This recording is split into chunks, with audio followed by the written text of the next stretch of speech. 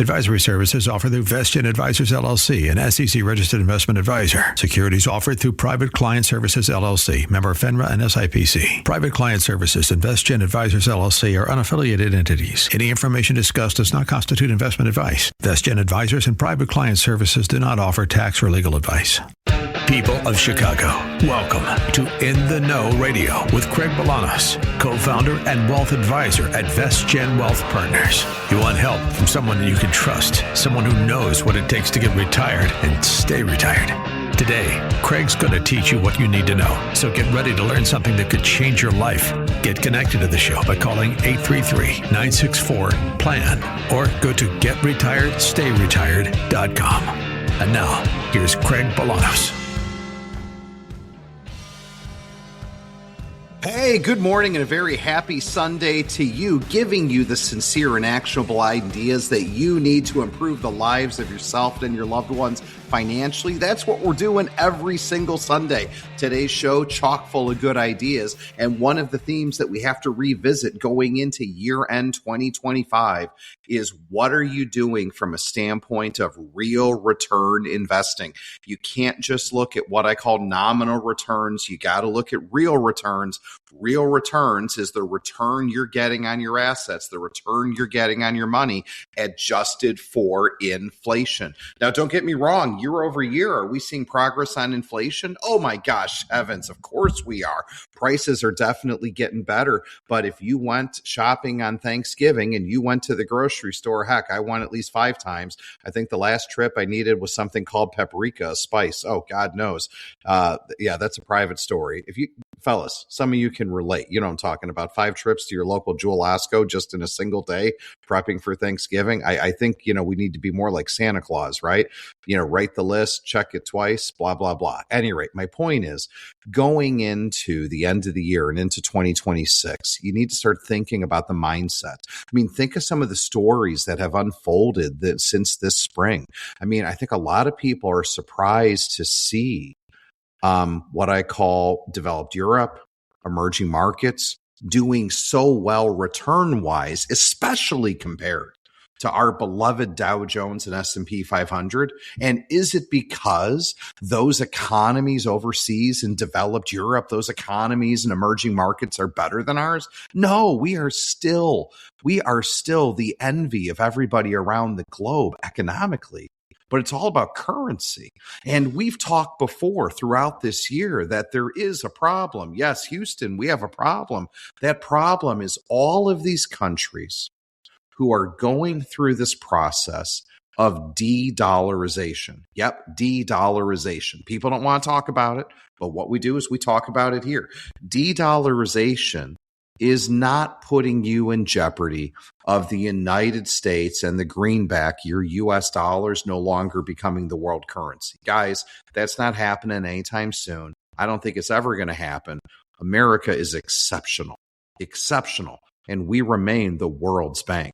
But for a variety of reasons, other countries have really publicly and behind the scenes started to put less and less dollars into U.S. treasuries. They've been putting less and less dollars into U.S. denominated assets. And as a result of that, combined with the lowering of interest rates from the Federal Reserve, we've got a U.S. dollar that doesn't buy as much as it did. So if you went to Italy last year or the year before, you're welcome. It was on sale. Same thing if you went south of the border and went to Mexico. But now, your dollar doesn't buy as many pesos. Now your dollar doesn't buy as many euros.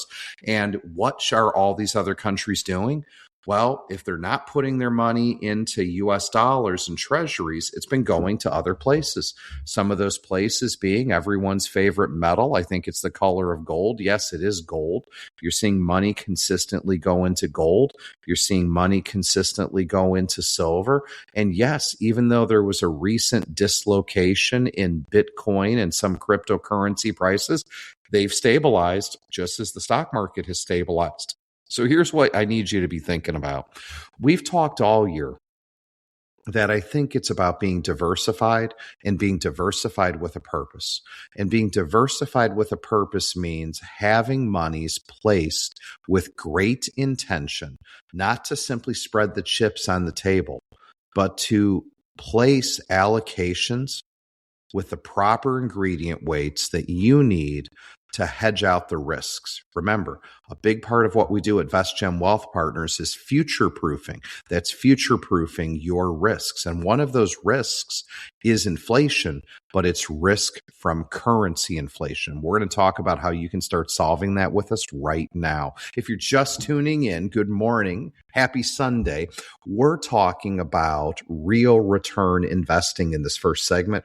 Real return investing is, again, a focus on the return on your money after adjusting for inflation. And there's all different forms of inflation out there.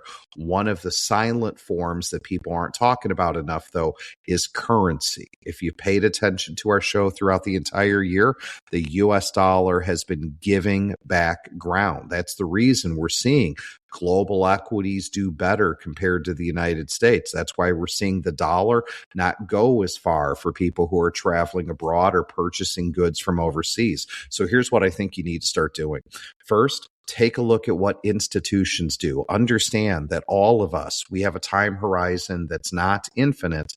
Like an institution, we have a time horizon that's finite. I get that. Tomorrow is promised to no man and no woman. But I think there is room for people to have some level, based on their portfolio, their unique construct, some level of storages of value. The storages of value being gold, those storages of value being silver, and the storages of value possibly being, not for everybody, but for some people, digital currency or what's called cryptocurrency. If you want to learn more about these things, pick up the phone, give us a call, 833-964-PLAN, 833-964-PLAN. Go out to our website, getretiredstayretired.com. That's getretiredstayretired.com. I think I'm not going to spend time this morning talking about the gold and silver. I think those positions should be bought over time. I think we should do them with dollar cost averaging up until we hit our ingredient weight and then thoughtfully trade around the position over time. But here, the digital currency space, there's a couple things that are newsworthy. I mean, there were lots of things that were newsworthy this year, but here's some ETF news that I think should create some awareness. Number one, JP Morgan increased its iShares Bitcoin Trust ETF position by 64% since their previous reporting disclosure. Harvard University, Emory University, they increased by 4x and 2x respectively their spot Bitcoin ETF holdings since their last filings. The Abu Dhabi Investment Council more than tripled its stake in IBIT during the third quarter. And NASDAQ requested permission to quadruple the daily trading limit for options on certain ETFs, IBIT in particular. So you look at those headlines, not to mention the things we talked about earlier, the appointment of a digital currency czar, the change in mark-to-market accounting, the fact that there's individual states in the United States where the Department of Revenue is allowing cryptocurrency to be used as a storage of value. You look at the foreign countries that are diversifying into crypto, and I'm not saying this is going to happen. I mean, clearly, digital currency, Bitcoin being the poster child, has a lot of volatility, has a tremendous amount of risk, and that needs to be evaluated by people. But this thing, guys, remember, it went from 1,000 to 10,000, and everyone said it wouldn't. And then it went from 10,000 to 100,000, and everyone said it never would. And then what if it goes from 100,000 to 1,000,000? Crazy? Absolutely crazy. But it could. So are you ever going to get in the game? How much should you have? Why should you or why shouldn't you participate? These are all key questions. And the way you'll get them answered is by making informed choices that comes from empowerment, that empowerment being rooted in education. So if you want to learn what blockchain technology is, if you want to understand how virtual currency has been deployed since the great financial crisis of 2009, if you want to understand how to start thinking like an institution when it comes to real return investing, that's the gold, silver, other storages of value, inclusive of cryptocurrency, digital currency, well, I want you to have that opportunity. Connect with us online at getretiredstayretired.com. That's getretiredstayretired.com. Call us, 833-964-PLAN. That's 833-964-PLAN. And we can talk to you about all these industry advances that have occurred recently.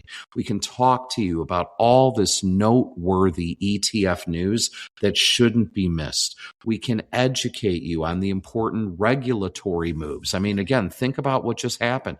The U.S. Senate Agriculture Committee unveiled a bipartisan discussion draft on the crypto market structure bill. I call it the Clarity Act. Listen, guys, there's a lot happening, and I don't think people should miss it, right? So what's the bottom line in this whole thing? I think the bottom line is people just need to start thinking differently, because if, again, we're thinking about investing in everything that artificial intelligence can't replace and everything that artificial intelligence can't reprice, that means parts of our long-term solution need to be assets that are finite, and that's where storages of value like precious metals, the right cryptocurrencies might have a role in some investors' portfolio. I think you want to learn more. We want to help you do it. 833-964-PLAN. That's 833-964-PLAN. Go out to our website, getretiredstayretired.com. All right, when we come back, we got some hard-hitting information that you need to make great investment allocation decisions going into 2026. You're listening to In the Know with Craig Bolanos, VestGen Wealth Partners, on your favorite station. It's a station that's got all the answers. I call it affectionately AM 560. We call it together The Answer. You want more In the Know radio? You want more In the Know radio? You can't handle more In the Know radio. Okay, yeah, you can. And it's on AM 560. The Answer. Welcome back. Here's more with Craig. All right. Well, listen, 2025 has been shaping up to be a banner year. That's an absolute 1-2-3-peat. I feel like this is the Chicago Bulls in the 1990s again when it comes to the stock market. So what you're wondering about is, can a 4-peat happen? Can we have a 4-peat? Can we have a fourth year of potential double-digit growth in broad-based U.S. equities? Well, the answer is maybe. Anything is possible, but so many things need to go right, and so few things can afford to go wrong. But the trend is our friend. But I think what's so important is that people are diversifying and rebalancing with purpose. And in our last segment, we talked about real return investing, what you need to be thinking about to take small doses of Tylenol in your portfolio to take the hedge off, meaning focusing small amounts on storages of value to start diversifying away from de-dollarization and other currency inflation trends that are there. But in addition to that, I think people should be focusing not just on publicly traded securities. I think for the right investors, they should be thinking about various forms of alternative investments, higher quality alternative investments. And some of the areas that people should really be thinking of is, how can I be investing maybe in infrastructure, right? I mean, a big theme of 2026 is, again, what can you be investing in that artificial intelligence isn't going to replace and what artificial intelligence isn't going to reprice? And I think infrastructure has some of those key benefits, right? I think it's an attractive opportunity. I think the current macro environment's going to help. And if you think about infrastructure, there is some capital preservation tendency that's there. I mean, essential services, they're required through market cycles. And when you got strong market positions, that could create resiliency to economic shocks or market disruptions if they came. When you think about infrastructure, I'm also thinking about consistent cash distributions. Infrastructure can provide more of a consistent income. That leads to favorable adjusted returns when you've got more income. I think you got to think of inflation hedging, right? Isn't that key? And inflation hedging comes in infrastructure because of contracted price and inflation adjustments. I mean, part of infrastructure is a regulated return framework where you get to pass through those operating costs. Again, infrastructure, diversification, I think that's key. It also has a real estate component to it. And of course, upside potential. And that's exciting. Think about the trends that are here, everybody. Digitalization, deconsolidation. I mean, everything. If you believe in the AI story, then I think you've got to believe in infrastructure because, again, data is the fastest growing commodity in the world. Fastest growing commodity in the world. I mean, just even basic IP, Internet Protocol, I mean, that's continuing to compound at 13%. 13%. And when you think about a thematic approach to infrastructure portfolio construction, I think that first sleeve has got to be some excitement around digitalization because data is the new gold. I mean, if data centers are required, I mean, whether you like them or not in your backyard, guys, they're coming. And data centers, the data's got to come in, the data's got to go out. You know what that means to me? It's not just owning the data center. It's owning the cell towers that surround the data center. It's owning the fiber optic networks that are connected through and through in the data center. And those data centers, they consume a ridiculous amount of power. And if a data center is going to consume a ridiculous amount of power, then shouldn't you be thinking from an infrastructure standpoint of how you can be thinking about investing in electric and gas transmission, electric and gas distribution, localized district heating and cooling, and to be honest, all forms of other energy, whether it's brown, whether it's green, except, guys, that this is a global story that's going to play out across the world, and countries are just going to have a different view on how they get it done. And if you want to simply do what Warren Buffett says, which is identify a long-term secular trend and throw yourself in front of it, then I've got to think investing in infrastructure makes sense to take some dollars out of publicly traded equity markets after 3 years of double-digit returns and move it into infrastructure investments. And if you qualify, you consider doing it on the private side because I think the time is now for that. If you want to learn more, you absolutely can. 833-964-PLAN. That's 833-964-PLAN. Go out to our website. GetRetiredStayRetired.com. That's GetRetiredStayRetired.com. So we're talking today about going into 2026 and how you should diversify. I think there is a recipe that's in play where there could be a four-peat. We've already had a three-peat. Could there be a four-peat for equity returns? Again, this feels like the Chicago Bulls, but just in case, it's always responsible to start taking some of these paper profits that everyone's made in equities and start turning them into other sources of storages of value. And I think a part of that intentional diversification is what we talked about in our first segment, real return investing, getting the right allocation into precious metals or some level of digital currency for those clients who are comfortable, because you want to ward off de-dollarization. You want to ward off some level of what I call inflation risk. In addition to that, I think infrastructure is a key opportunity. When you think of everything in digitalization, you think of the data centers, the cell towers, the fiber optic networks, the power generation, and the defensive characteristics that are inherent to infrastructure. Boy, it makes sense. And there's another area that we're bullish on. I remind people, I just look at what I see. And if you are me, You drive around and all you see are these big concrete bunkers. I call them warehouses with 80 garage doors, and you see trucks going in and out, and that's industrial warehousing, right?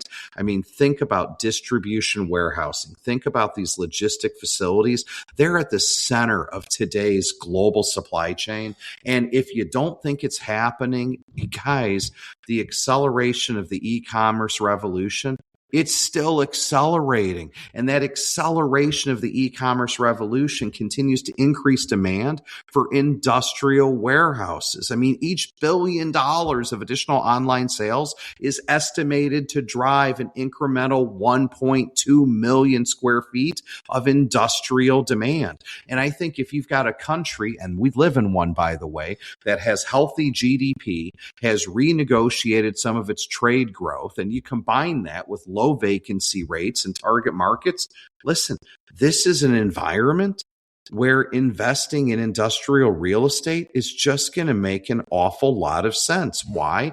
Again, it's further diversifying your portfolio. It's taking dollars out of publicly traded equity markets, putting them into brick and mortar investments where you can see what you own, you understand the benefit, and you've got tax advantages because it's real estate. Think depreciation pass through to offset the dividend yield you're getting. Think too about the concept of rent escalators. A big part of retirement is about income, and it's about growing your income. And I think before you go and speculate in office, before you go and speculate in golf courses and marinas and condos, you start building a small allocation on top of your storage as a value, precious metals, storage as a value, consideration cryptocurrency. You start building on top of your infrastructure, because again, you need to be investing in everything that AI can't replace and AI can't reprice.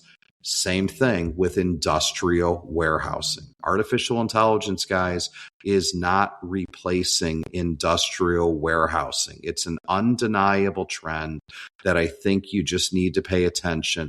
And a lot of it's driven by one simple truth: population growth. Population growth. I mean, there's more than 335 million people in the US alone.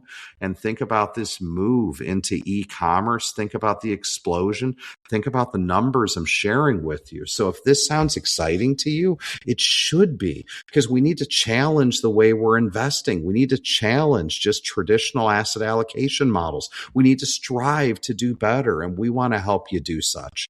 833-964-PLAN. That's 833-964-PLAN. Go out to our website, getretiredstayretired.com. That's getretiredstayretired.com. And let us help you build that all-weather real return portfolio, the type of portfolio that can take a stomach punch if one ever needs to be absorbed, so you too can make sure you're thriving, not just surviving, so that you too can not just retire, but you'll stay retired.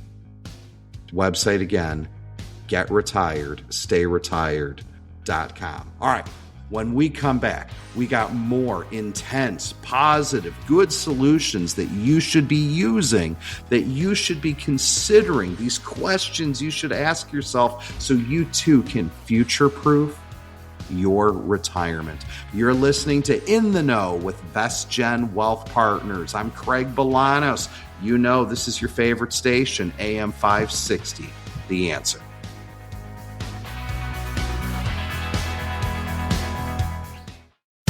Would you like a dose of knowledge? Good, because Craig is back and about to fill your retirement prescription. Back to In the Know Radio on AM 560. The Answer. 833-964-PLAN, 833-964-PLAN. So a friend of mine phoned me on the break just now. I brought him into the conversation. He's not just my friend, he's yours. David Bolanos is with us, joined via phone. And David, you said you couldn't believe I didn't remind people about the HELP acronym when we're talking about all of these subjects, about real return investing, about storage as a value, value about investing for what AI can't replace and what AI can't replace, share with everybody on the phone here what that HELP acronym stands for so we can help them further secure their money going into 2026. On our team, it's HELP, hard asset, essential service, long-term visibility, privileged position. So to your point, Craig, of investing in things that have a finite amount, there's only a finite amount of real estate out there. There might be only a finite amount of energy sources. And if you can place dollars in some of those categories today, to your point, I think you set up yourself with some positions that might help for, what a lot of people think is going to be maybe a volatile 2026. But, beyond those, I think there's plenty of other non-traditional investment strategies that people can consider. One of the things that we don't talk about a lot, but I think could be very useful for investors that want to stay liquid are buffered notes, or what we call cap and cushion strategies.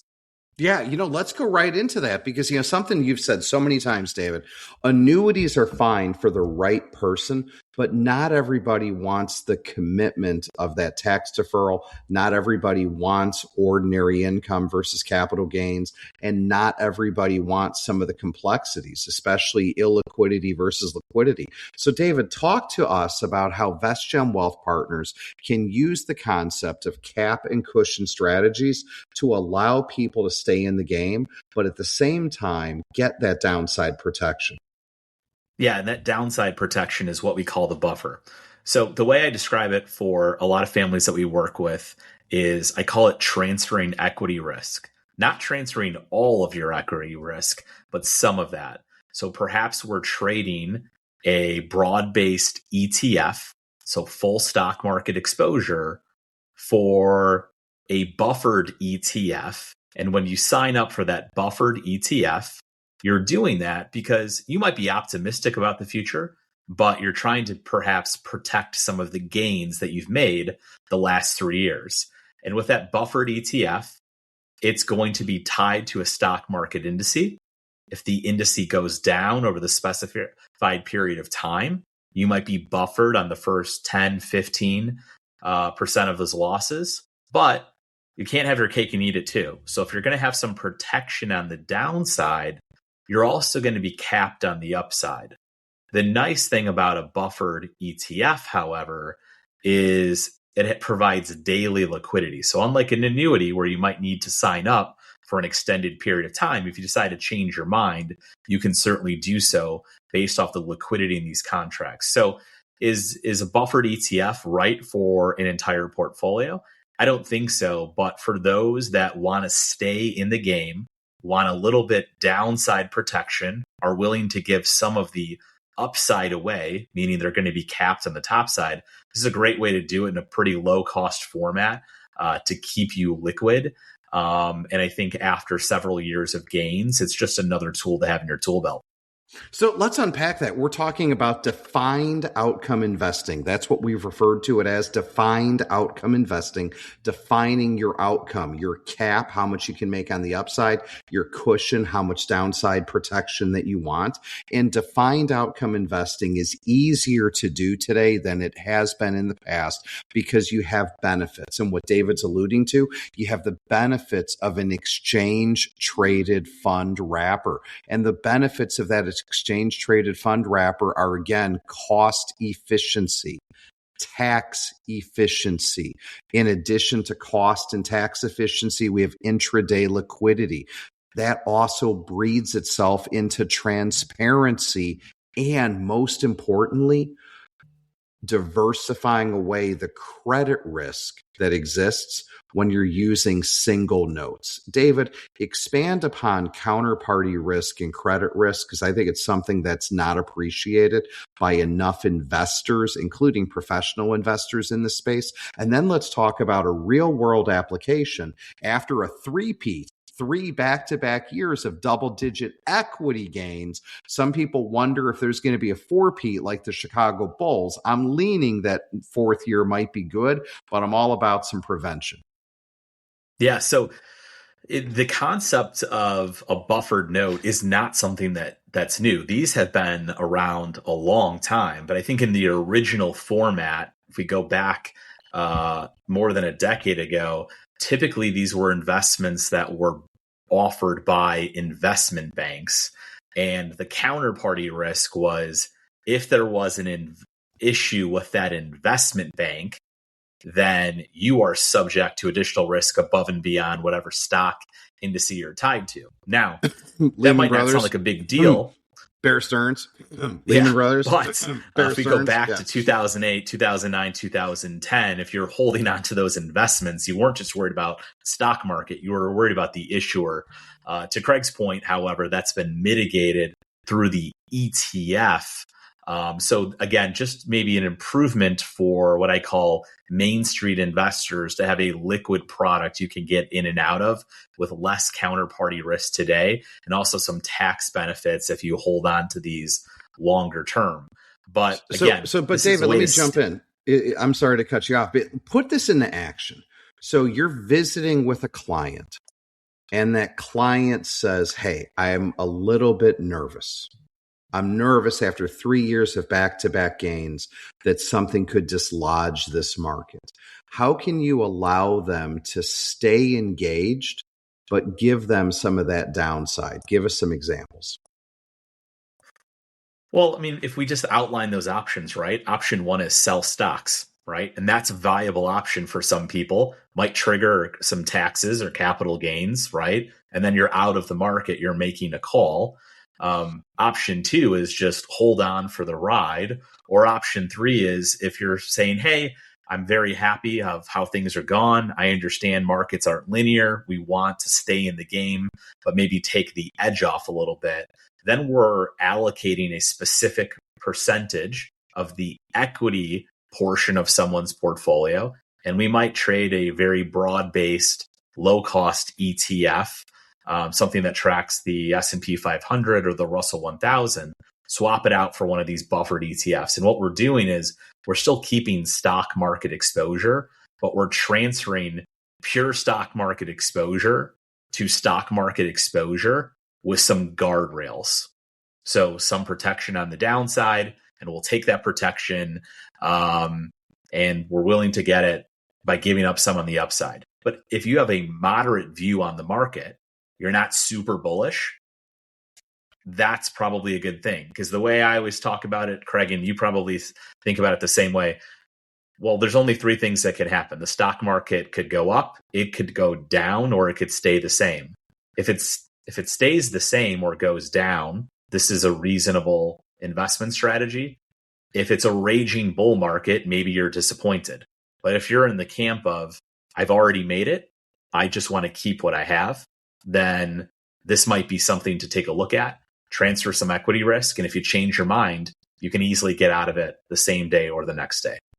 833-964-PLAN. That's 833-964-PLAN. Go to our website, getretiredstayretired.com. That's getretiredstayretired.com. If David's willing to stay, I'm going to hold him for another segment before he gets out to go and pursue his activities on a Sunday. But you need to learn more about defined outcome investing. You should be learning about cap and cushion strategies and how to do them in the modern way to get the benefit of that low cost, tax efficiency, reducing the counterparty risk so you too can stay in the game and have portfolios that reflect not just your financial plan, but your outlook for risk in the markets to come. You're listening to Craig and David Bolanos this morning on a Sunday, AM 560, The Answer. This is In the Know with VestGen Wealth Partners.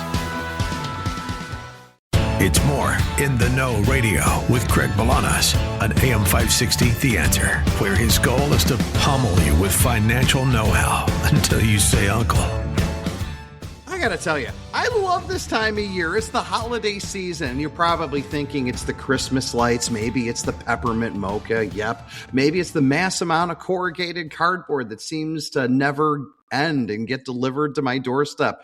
No, it's about family. It's about connection. It's about faith. It's about being thankful. being grateful for this country I live in, for these people I surround myself with, for the opportunity to pursue my passions. But it's also a time at the end of the year to reflect. And part of that reflection is what's important about money to each of us at different stages in our life. And that's why it's a great time, David, to talk about that reflection that you, as one of the lead advisors at VestGen Wealth Partners, is working with clients relative to their plan. Walk us through that journey from your disposition this time of year and going into January.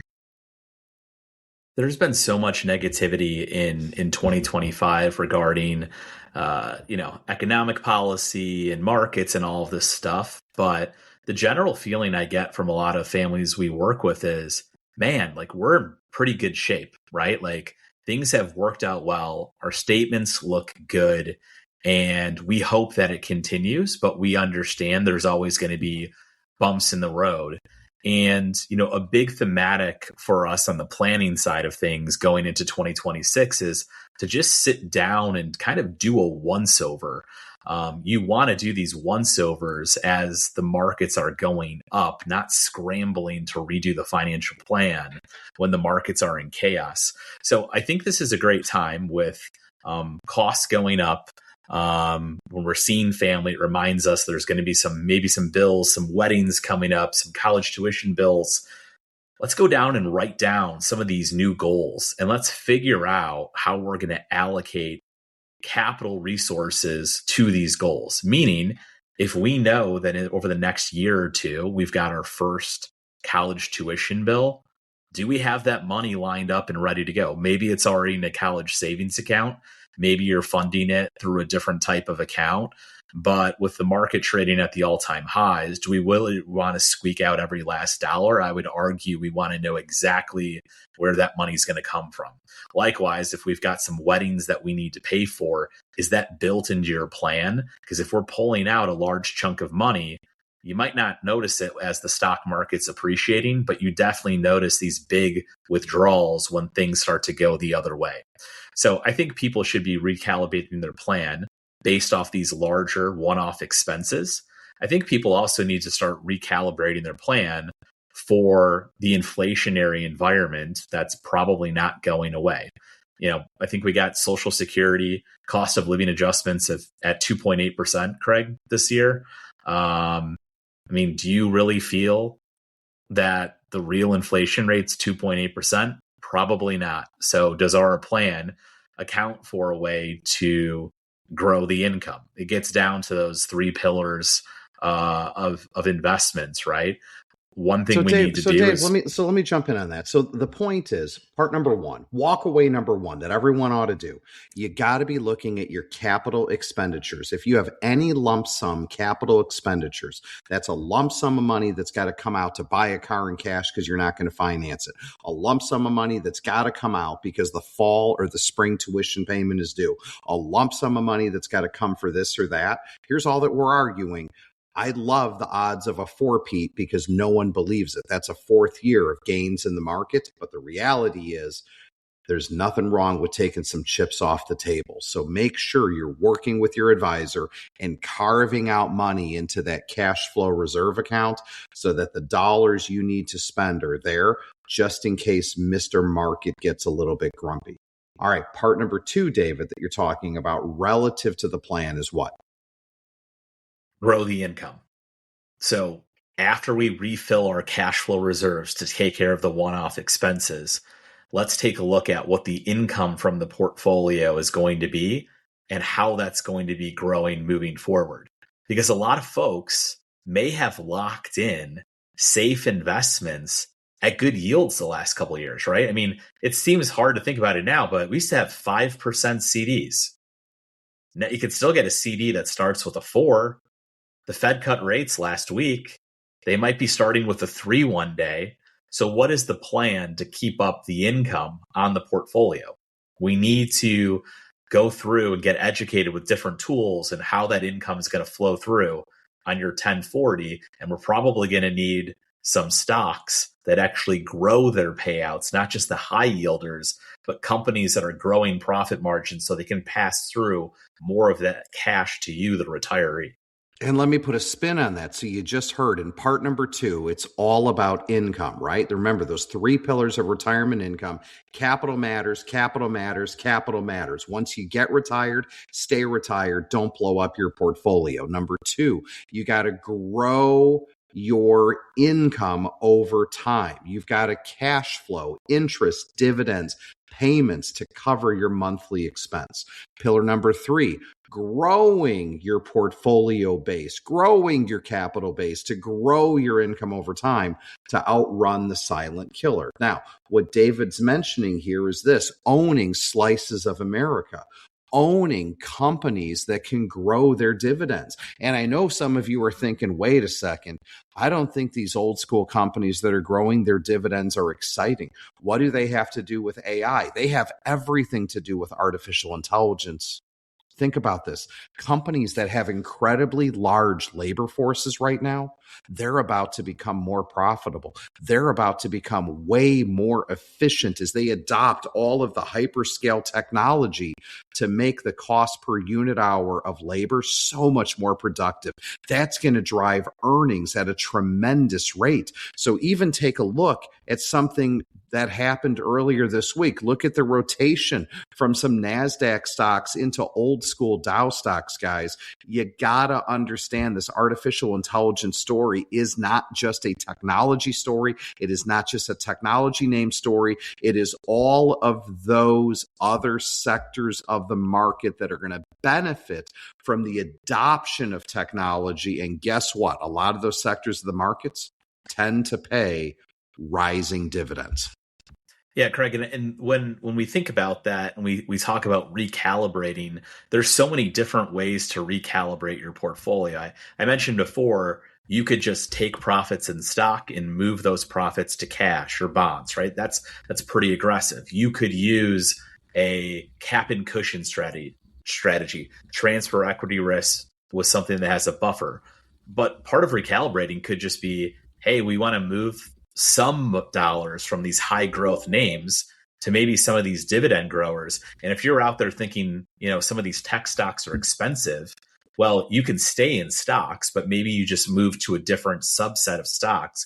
You are starting to see some of that rotation in the market. And I think that's a healthy thing, quite frankly, that you see rotation out of the NASDAQ 100 into some of these other stock indices. That's what we want as investors. We don't want just, 5 to 10 stocks leading the pack all the time. Absolutely. So listen, if you're ready to up your game, you're ready to level up, you want some help, we can deliver. 833-964-PLAN. That's 833-964-PLAN. Most importantly, go to our website, getretiredstayretired.com, getretiredstayretired.com. I want you to start 2026 with a bang. I want you to close out 2025 with hope and inspiration and rejuvenation that you too can be doing better. And you do better when you work with a collective team, because it's not enough just to have investment advice. It's not enough just to have a pie chart. You need to have a demonstrated financial plan with great intention that integrates the investment advice, the cash flow modeling, the retiree healthcare, the tax preparation, planning, and strategy, along with your estate disciplines to protect the ones you love, advocate for yourself, and of course, wrap all of that in a long-term care or continuity of care solution so that you can protect your choice.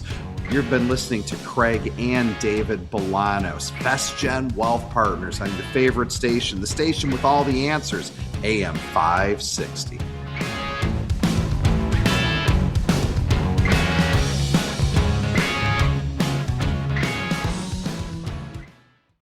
Okay, Windy City, get ready to be blown away with a hefty gust of financial know-how. You're listening to In the Know Radio with Craig Bolanos on AM 560. The Answer. Well, I got to tell you, I'm blown away as well. I'm hoping the Chicago Bears can bring home yet another W for us this weekend, but we had great action today. And if you think about all of the topics we talked about, one of those that was so important is, again, going back to challenge the thinking. What can you invest in starting in 2026 that artificial intelligence cannot replace? And what can you invest in 2026 that artificial intelligence can't reprice? Again, please understand that beneath the surface, the world has already changed. The world has already changed. By the time we get to 2027, there's going to be a lot of disruption that's out there. And if you want to make sure that you continue to thrive, not survive in retirement, if you want to make sure you didn't just get retired, but you stay retired, you need to integrate all these things that we talk about every single Sunday right here on this show. And when you're ready for help, we're a simple phone call away. 833-964-PLAN. That's 833-964-PLAN.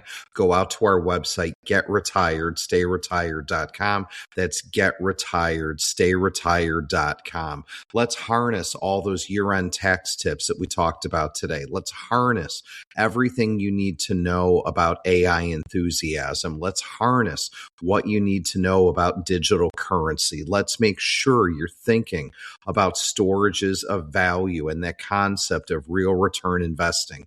Let's make sure you're thinking of future proofing, because these technology changes from AI are going to lead to wholesale changes. I think of one of those big wholesale changes is future taxation risk. So you've got to find a way to mitigate and plan around TIR, those taxes in retirement. And what we offer is a comprehensive solution. It's a one-stop shop. It's the ability for you to have your investment advice under that strict fiduciary standard, all of your cash flow modeling done with the CFP standard of care, making sure you've got your taxes, your estate, your retiree health care, your continuity of care plans, all in one office. That's one family office for those who are comfortable, non-flashy, those who are family-centric, those who have traditional values, and those who want to bring it all together in a much more end-to-end holistic experience that becomes the VestGen Wealth Partners difference. I'm Craig Bolanos. I lead a great team of people coming together who are always going to put your family's interest first. Connect with us, 833-964-PLAN. Find us online at getretiredstayretired.com.